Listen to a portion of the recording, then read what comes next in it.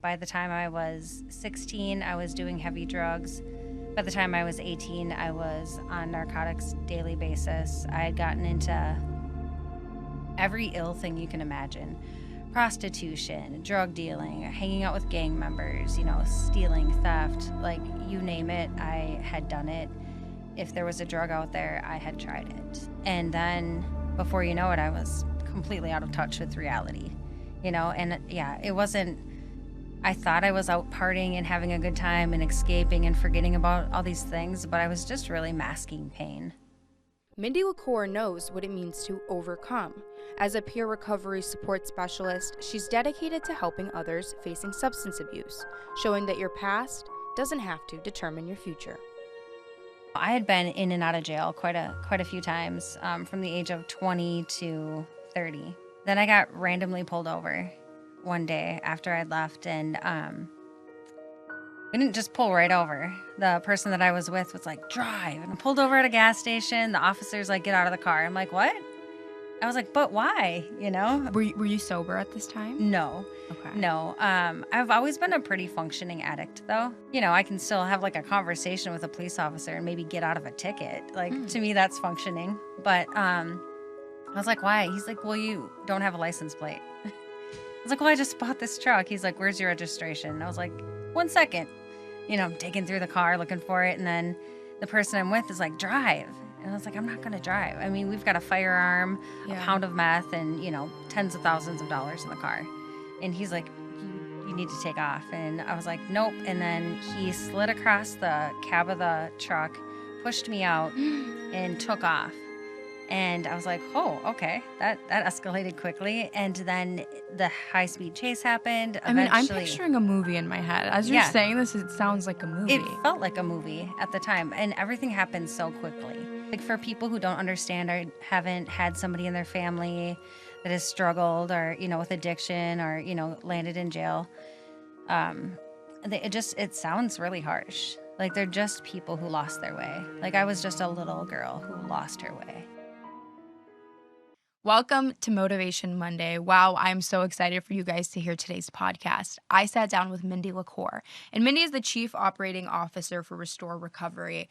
And I got to listen to Mindy's story, and it was very fascinating. She was supposed to serve 15 to 20 years in prison. And while she was in prison, she learned a lot of valuable lessons, and she even transformed many people's lives. So let's take a listen to Mindy's story. Alrighty, Mindy, how are you doing today? I'm great. I'm so grateful that you're here, and I'm so excited to talk to you today. You have a very fascinating story. Do you kind of want to dive into what that is today? Oh, gosh, yeah. Putting you on the spot today. Yeah, you're putting me on the spot, but I'm also really excited to share. There's a lot of different, I feel like I've lived like 4 or 5 different lives, so I'm going to start back. Okay, let's do that. Okay. Starting with the origin. Yeah, the origin. I mean, I don't want to go. Well, when I was in kindergarten, no, we're not going to do that. 5 years old. Yeah, I grew up I grew up with 2 drug addicted parents. So there wasn't a lot of support. There wasn't, a lot of I don't know how typical people grow up, but there just wasn't a lot of family connection there. And I was left alone quite a bit. I have a lot of siblings, but we're all I got a couple over here, some over there, and so just not a lot of opportunity and not a lot of raising, I feel like. I kind of raised myself. And to be honest, in the early years, it didn't look like I did a very good job. So having 2 drug addicted parents, there wasn't a lot of hope, I remember saying to myself, man, as long as I don't do drugs, I'm going to be fine. And I don't think it was a big surprise to anybody when at the age of 14, I got into drugs really heavy and pretty young. So that's kind of like the origin, like where, everything happened. I don't know if there's ever like a rhyme or reason, like this is the reason I did drugs or that's the reason. Cause I know people who grew up in really like perfect families that also struggled with addiction. So I don't know what it is. I just know that people need hope and they need to understand that there's a way out of it. And after I got heavy into drugs, I didn't think that there was. I used to daydream about getting off of drugs, and I used to say things like, when I'm 30 years old, I'll stop doing drugs, because it seemed like a really grown-up age. But I had no practical way of doing that. By the time I was 16, I was doing heavy drugs. By the time I was 18, I was on narcotics daily basis. I had gotten into every ill thing you can imagine: prostitution, drug dealing, hanging out with gang members, stealing, theft, like you name it, I had done it. If there was a drug out there, I had tried it. Can I ask, is this something that you ventured on your own, or were you like hanging around friends that also did drugs and that's kind of how you fell into it? Or was this something that you kind of picked up yourself? Oh, definitely. I flocked towards other people that were doing those things. I had moved around when I was young, but kind of stayed in the same city. And then my mom had moved us to Wisconsin from the Twin Cities, and that was like a culture shock for me. I'm like, who are these people? Like, I was in a town of like 1,163 people, and I felt like I couldn't relate to any of them. But slowly but surely, I found other people who were, a little different like me. And I still didn't have like a lot of parental, uh, Guidance? yes, parental guidance.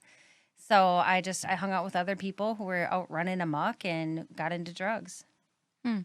And when did you ever have that like realization like, oh, this is bad? Like this is not good. Gosh, I really wish I had, but I was a very adventurous and thrill-seeking young person, and I didn't have anybody to tell me like, "Oh no, this isn't good. You shouldn't do this." So yeah, and I was kind of a daredevil. So I was like, "Ooh, let's try this. Oh, is there a new thing we can try? Let's do that. And let's do it in like a large amount." Do you remember the moment where it was, just doing it for fun and then it took it to the like addicted level? Does that make any sense? Like, do you remember that pivotal moment where it came from, just doing it here or there and then, relying on it every day? I would say when I was about 19. I had eventually moved back down to the Twin Cities after I dropped out of high school, and I thought going back home, like where I grew up, was going to be a big change, or like I was going to be happy or this or that. And I kind of came back to the Twin Cities and started doing the exact same things I was doing there. There was just like a lot more available. Hmm. And I did that for a couple years, and then I started to recognize, okay, I'm now selling drugs because I need to supply my habit. And then found, other people who are doing the same thing. And I think a lot of people, I think we lie to ourselves, like, oh no, I wanted to be a drug dealer or this or that or the other. And it's like, no, we're doing this to support something. And yeah. And you don't really notice it. It just happens. Can I ask you a question? When you were doing drugs, do you compare it to being like unhappy or were you happy during these times? Oh no, I wasn't happy. I didn't know that at the time though, because when I started doing drugs, it was like to forget the life that I was living, or forget that, I didn't have a normal family, or to forget that, we didn't have any money, or this and that and the other. It was like an escape. And then before you know it, I was completely out of touch with reality, and yeah, it wasn't.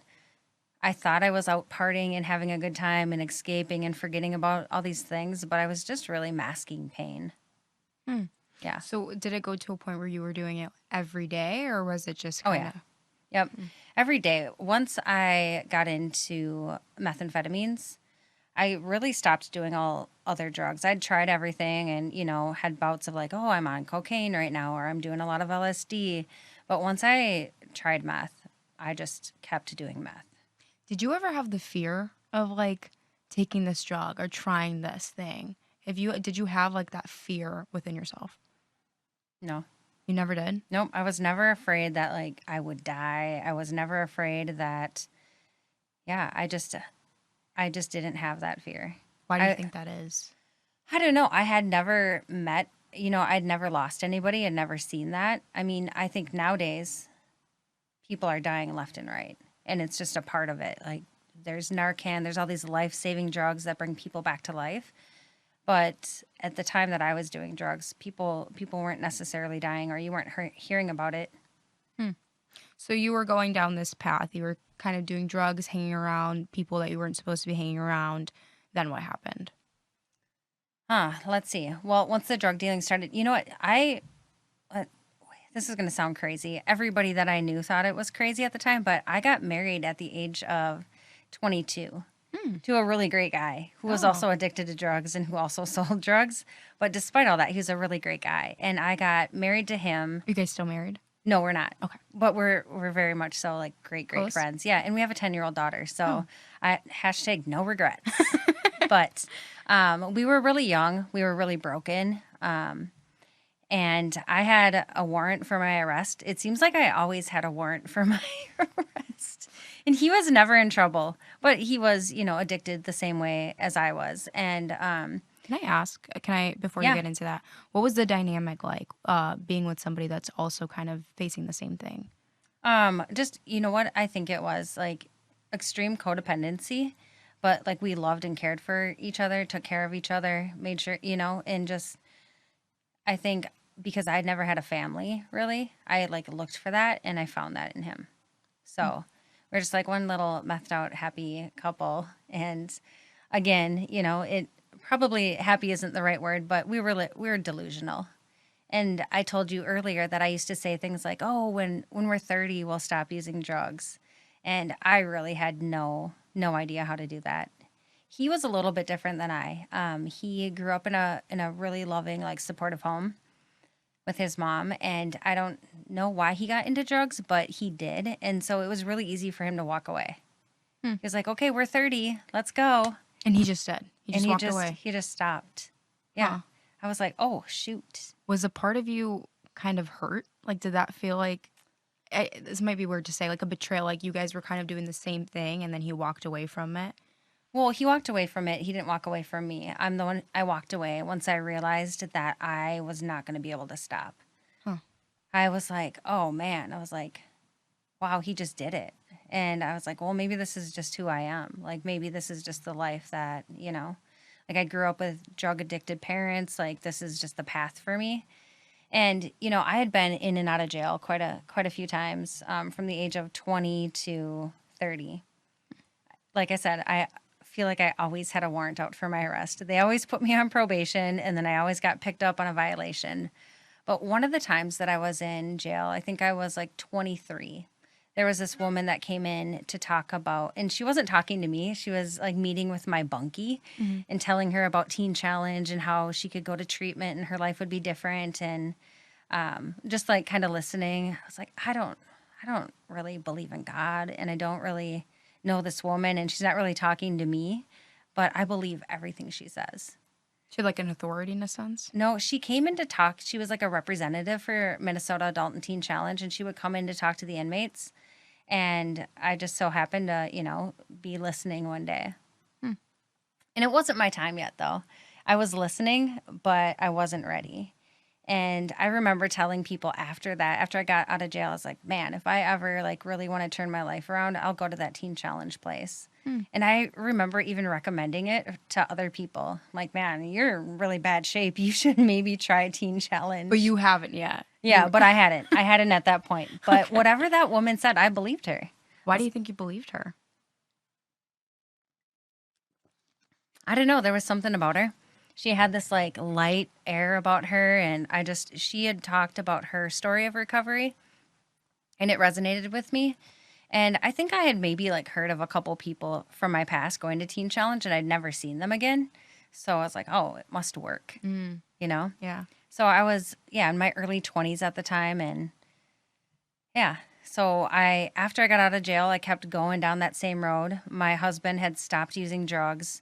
Well, he started slowing down and then eventually stopped. And I took off. I was like, this is who I am. This is my life. And I think that was the darkest point of my life. I had left and accepted that I'm probably going to die this way. My father had just passed. He died. He died from leukemia, but he used drugs up until the very end, and it just was like a core memory that like, oh my gosh, this is my life. This is who I am. And so I left, and I think I started taking like a lot more risks, like with like as far as selling drugs and just being out and guns, drugs, the people I was associating with. It went another level higher than what I had been doing because I just stopped caring. It was just like a switch had shut off and I just didn't care anymore. You weren't ever scared.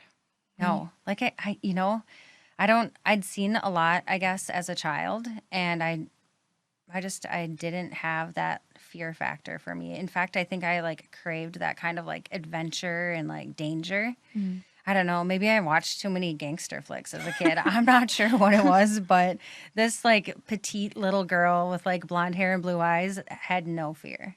Do you think it brought you comfort? You know, when you kind of surround yourself with like, I don't want to say drama, but when there's always like this toxicity, you feel like you crave it. Did you feel like you were kind of looking for the comfort in that? Yeah. Oh yeah, for sure. I always attached myself to like I don't know, like dangerous people like as a form of like protection, I think sometimes. I never really had like a father figure in my life, so I was always like looking to like older men and like, just like for like safety, Yeah. I guess. That yeah, I mean that could be a part of it too. And yeah, so after I left, I just didn't care anymore. And what's crazy is I think about that woman that I met in jail, and I was like, all right, if it ever gets really bad, that's where I'm going. And then I got randomly pulled over one day after I'd left, and we didn't just pull right over. The person that I was with was like, drive. And I'm like, oh gosh. I So was you like, started driving? no, I didn't. Okay. Which is, I don't know what that was about, because normally I'm like down for the cause. Like, Yeah. yes, like high speed chase, let's go. But something in me was like, do not do that. I was like, first of all, I'm in a pickup truck. Like, I'm not getting away, okay? Like, I'm not getting away. I'm pulled over at a gas station. The officer's like, get out of the car. I'm like, what?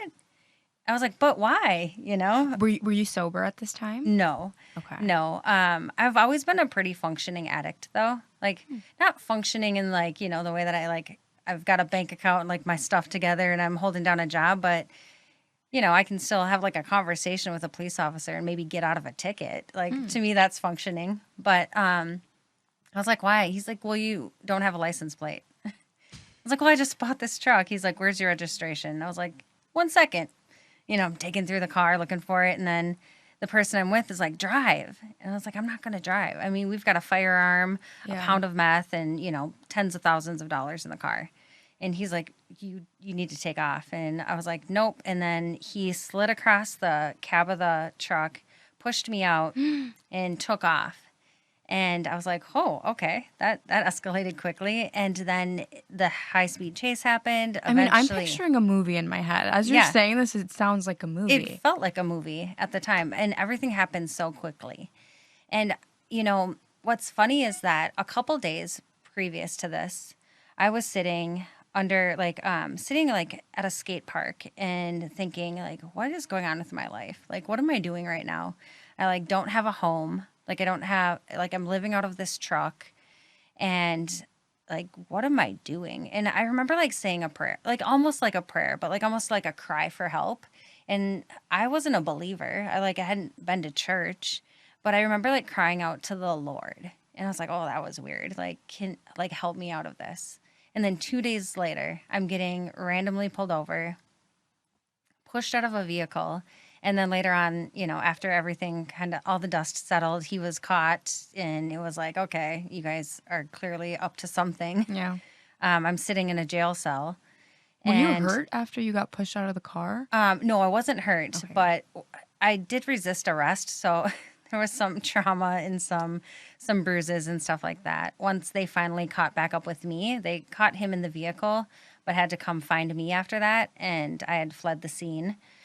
And so, yeah, and then it took, some officers to get me restrained and whatnot. But How old are you at this point? I am 30. 30 years old. Okay. Yeah. And so I get arrested and I'm sitting in jail, and I don't know, I guess I'd never really like gotten fully off of drugs. I'd been on them for so long, I didn't understand what that detox process felt like or looked like. So I started detoxing in jail, and What is that process like? I mean, it's just I guess it's probably different for every drug, but for me, the process was like, okay, I'd sleep for 24 hours and then wake up and just feel like I was going like mentally like insane, right? Like all the emotions that I've been repressing for like years, just like all right there at the surface, like all like, it felt like there's like a battle going on, like what am I feeling right now? Like just, I felt like craze insane. of emotions? Is that Yeah. kind of okay? Yeah, I felt like I was going insane. I felt suicidal. I felt homicide. I felt all the things. And after I was like able to like kind of come to after like a month or so, that's when I found out that my charges for the drugs that were in the car were going to be federal charges. And I was like, oh, dang. I was like, I'm in big trouble. Like, I've been federally indicted on drug trafficking and conspiracy charges and a firearm. And I was looking at 15 to 20 years in federal prison. What was that moment? Like, did you have the, like, what is life right now? Yeah, What I was did. that reaction? Well, at first it was surprise. I was like, oh, okay. And then I know what I'd been doing. I knew what I was facing. Did you feel like it finally caught up to you? Oh, yeah. I had told you earlier that I said, well, this is just my life. I had accepted that, like, I was probably going to die this way. And I always knew that what I was doing could land me in jail. I just didn't, it's like, whoa, here we go. And I think because my mental health and, like, coming down off of drugs was so bad, I tried to commit suicide while I was in jail. I was unsuccessful. It's hard to do in jail. I'm like, okay, what do I have? I got a sheet. I got this. I got, Yeah.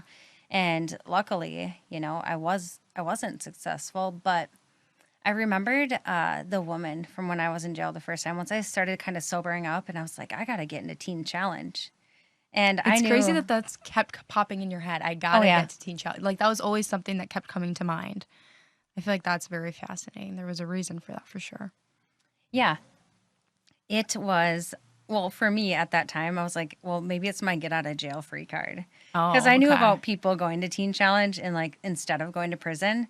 So I applied. Of course, they accepted me. But then the feds were like, you're not going to Teen Challenge. You're in serious trouble, woman. And I was like, just delusional still, I'm like, no, I'm going to go to Teen Challenge. And again, like, it wasn't a righteous reason. It was like, I thought I was going to get out of trouble by going there. And I remember my lawyer telling me, you are out of your mind. You're not going to Teen Challenge. I was like, okay, whatever you say. I'm still going to apply. And after I'd sat in county jail, in federal holding for 10 months, they finally came back to me with an offer. They're like, listen, if you accept responsibility for the drugs in the car, we'll drop the gun charge, and then you'd only be facing 8 to 10 years. And I was like, okay. I'd get some good time. Maybe I'd do 6 years. I'm 30, get out at 36. All right, cool. So I took that deal. And in the back of my head, I was still thinking, like, maybe I could get into Teen Challenge, It was still there. So Teen Challenge, can you kind of get into that a little bit? What is Teen Challenge? So I should call it by its proper name. It's Minnesota Adult and Teen Challenge. Everybody thinks it's for teenagers. That's what I was assuming. Yeah, everybody thinks it's for teenagers. It's one of the largest treatment centers across the state of Minnesota now.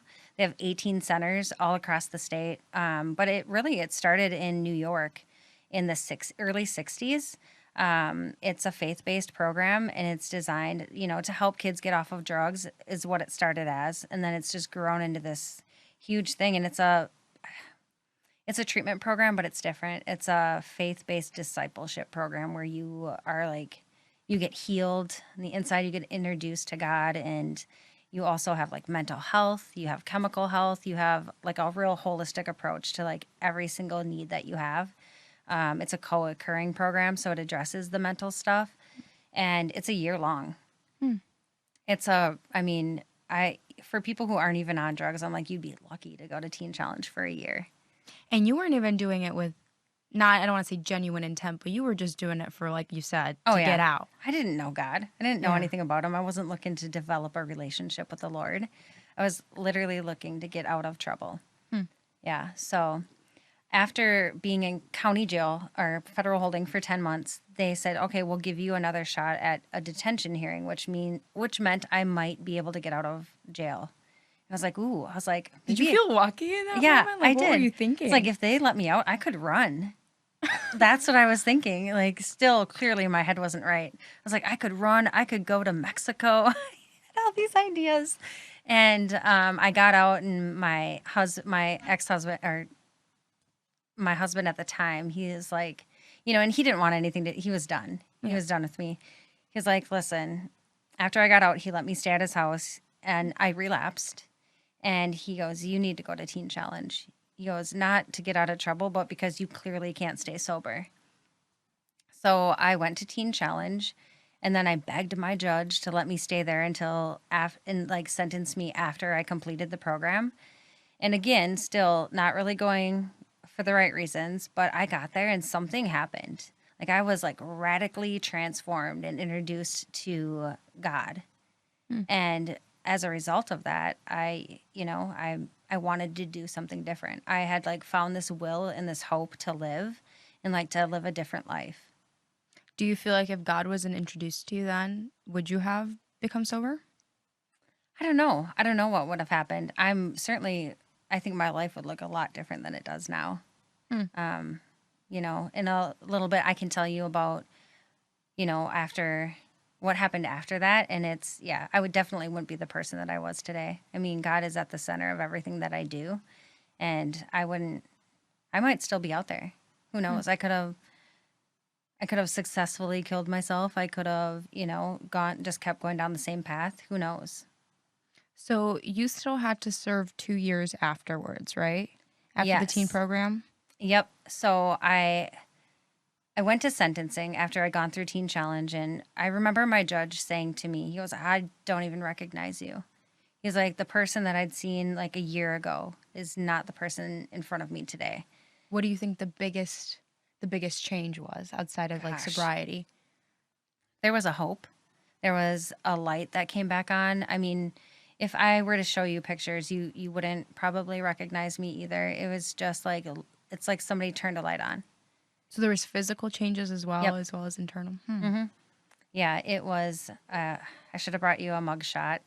You'd be like, "Who is that?" Was it like a flicker of hope or was it like just this abundance of hope and like, was it just a little bit or did you I feel don't know. like It's hard to like look. You know what I mean? Everybody else kind of sees you. Like you're with yourself every day, so you don't really see the change. But to hear my judge say that was crazy. And then to look at in the courtroom, like it's a federal courtroom. It's big, and it was just filled with people that were like supporting me. And supporting you? Good. that's Okay. something I'd never had. The whole time I was in Teen Challenge, my leaders they're like, "You're a leader. You have this. Share your story. Do this." And I was like, I think they just say that to everybody to try to get them to rise to the occasion. And I had great mentors in there and people that believed in me. And that's something that I hadn't really had most of my life. Like, Do you think that's where your pain was stemming from? Was not having the guidance and the support from your parents? oh yeah, I'm sure of it. And I didn't have something that I think I didn't have a lot of hope. After seeing like my mom struggle with addiction and then meeting my dad at an older age and seeing that he was just kind of in the same boat, I was like, oh man, I was like, I don't, I don't have it's not a lot of opportunity here. So, Did you ever rekindle with your parents? yeah, I have a relationship with my mom. She's sober. She lives in Wisconsin, and so we have a relationship. But my father passed when I was 30, so and I have a great relationship with my sisters and my brothers. Hmm. And you feel like that wouldn't have been the case if this was. No. Do you think it was because of you and you changing, or do you think it was like both? Your family is. Probably both. Um, you know, yeah, probably both. So when you're in prison, I feel like I would not have hope. You know what I mean? Especially people that are facing more than like 2 years, right? Right. So how did you find a piece of hope? Well, okay, so my faith, I brought that in with me. The whole time I was in Teen Challenge, I was like, yes, if I go to prison, I'm going like as a missionary. I'm going to go and I'm going to preach the gospel and I'm going to tell people. I was an annoyingly happy inmate. Like when I got there, people were like, oh You're like gosh. chipper. Yes, I was because I had been like healed and radically transformed. So I went in there like as a beacon of light. I was like, yeah, I'm going to do this and I'm going to do that. And, going for those of us who have been justice impacted and have been caught in that cycle of like going to jail, going to prison, going to treatment, it's easy. Like it's not scary. You get used to that and it's almost like comfortable. Like you can get there, you can rest, you can breathe, you're not out running the streets anymore. Like that is easy.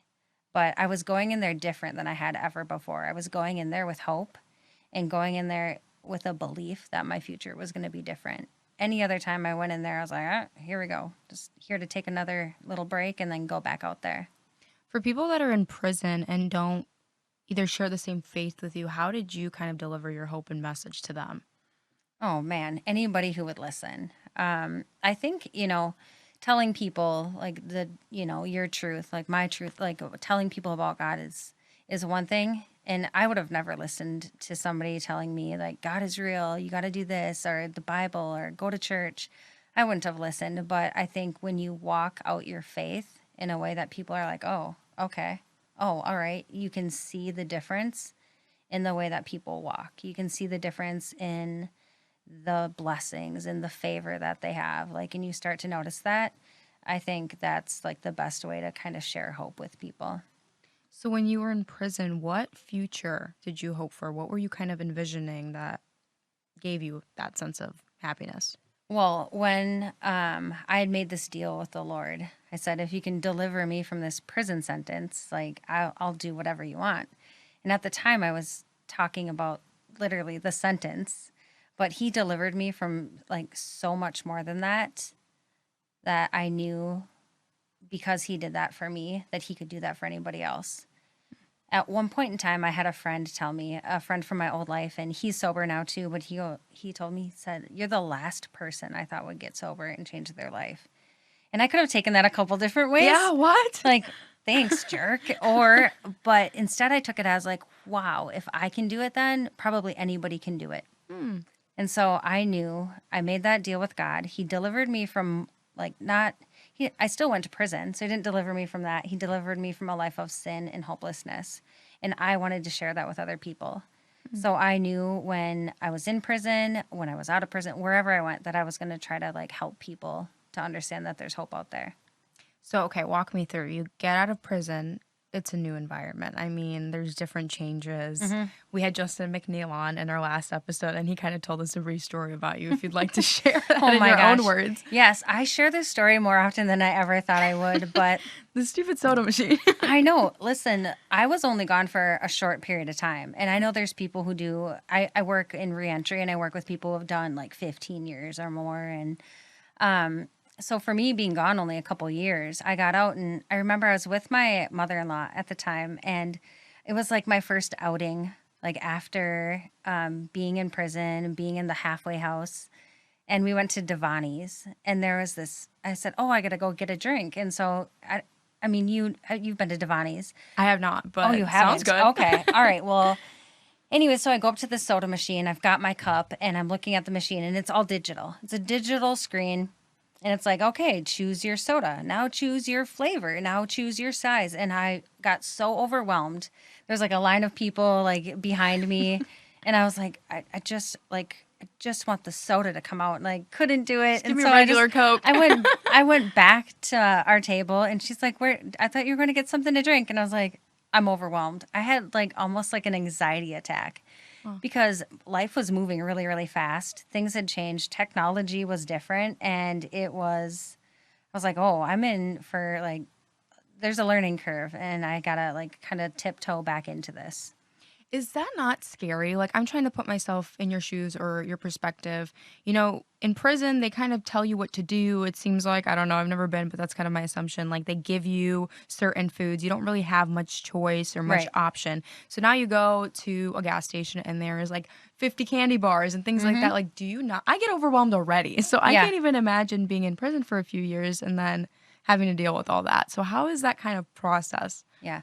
Well, I tell people all the time, like going to prison is easy, being in prison is easy. You don't have to make any decisions. Like there's commissary, there's 15 things on there that you can choose from. It's really black and white. The answer is usually no. There's no gray area in prison. But what's really hard is getting out and like building a new life. Getting out and like dealing with all the pressures of like society, all the different choices, all the stresses of this. But the biggest stress is like, how do I not go back? Hmm.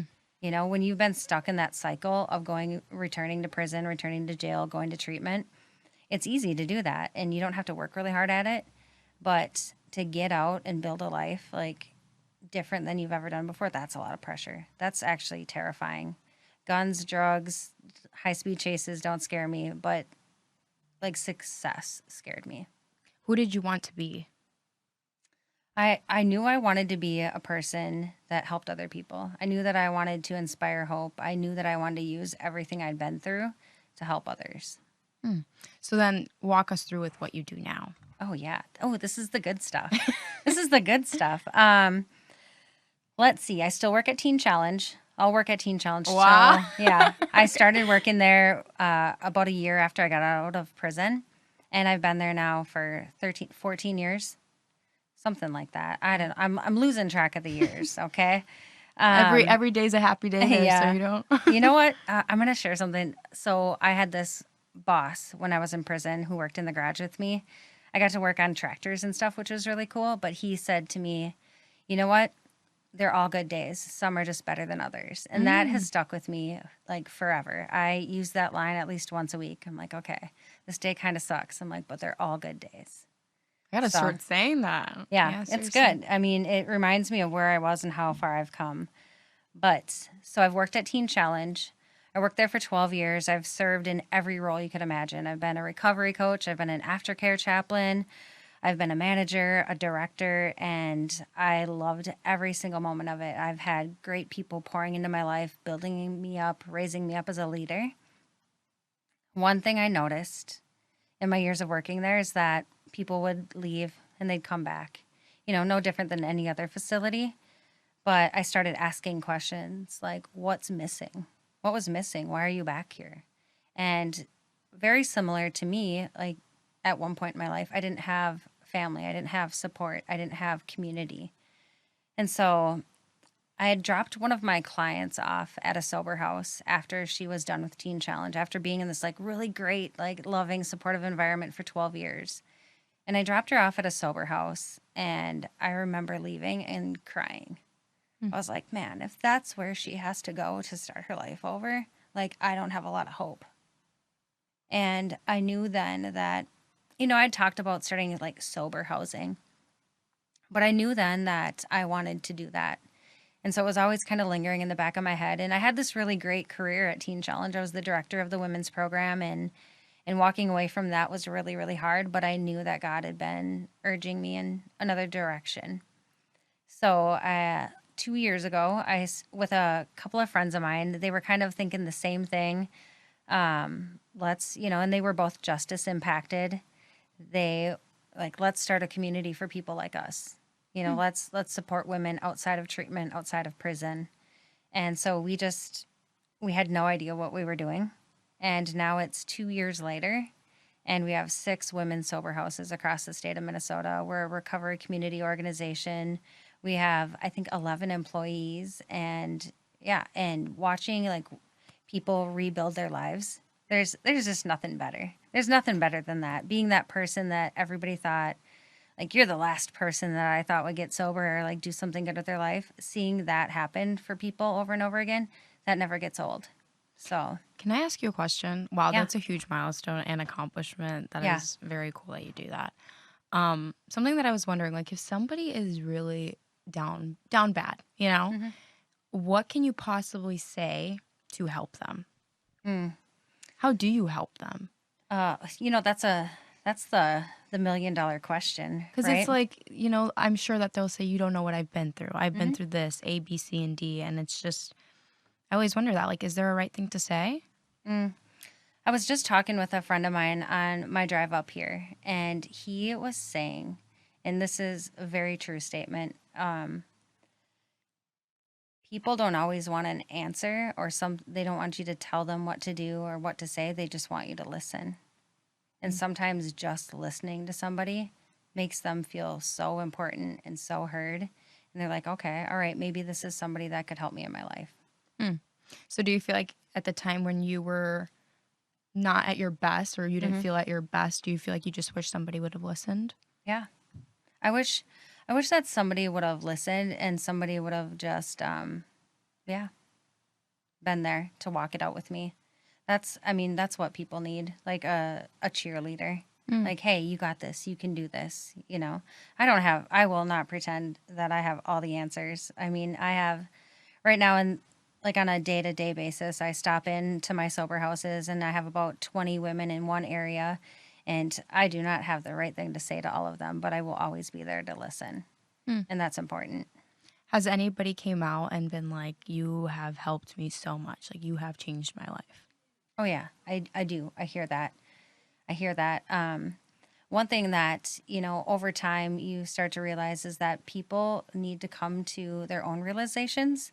And it's like listening to them and helping them to find their hope or, what do you want to do with your life, or help them to see like, hey, you're really good at this. Like, why don't we start moving in this direction, and just kind of nudging them is really, I mean, that's a big part of it because I I could have gotten sober, I could have gotten, clean, all that stuff, but if I didn't get hope and start believing in myself, I wouldn't be where I'm at today. This may be very personal. Do you feel like it needed to happen for you to Oh change yeah. other people's lives? Hmm. You think that was a necessary part in your story? Oh yeah.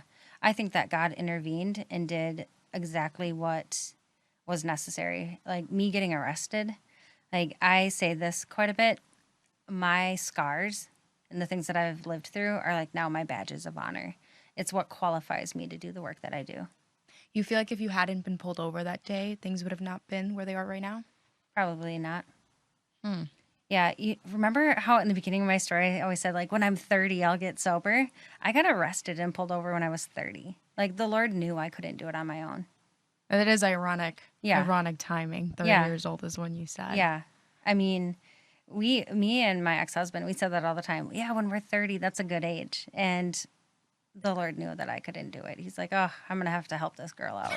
Like, I'm going to have to intervene, Like he's just sitting up there like, "Oh, okay, all right, fine. Here, I'm going to throw you a line here."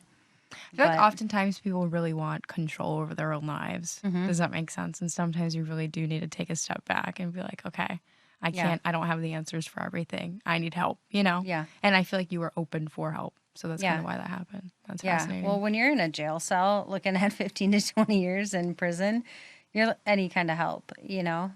Like anything seems like, yeah.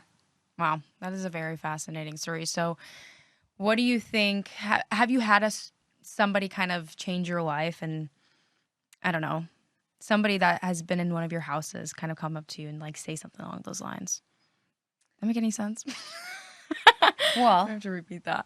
yeah. I don't know what I guess I'm trying to say. Like, has there been a story from somebody from your home that has really left an impact on you? Like one of the women that I serve. Yes. Oh, yeah. So this is a cool little segue.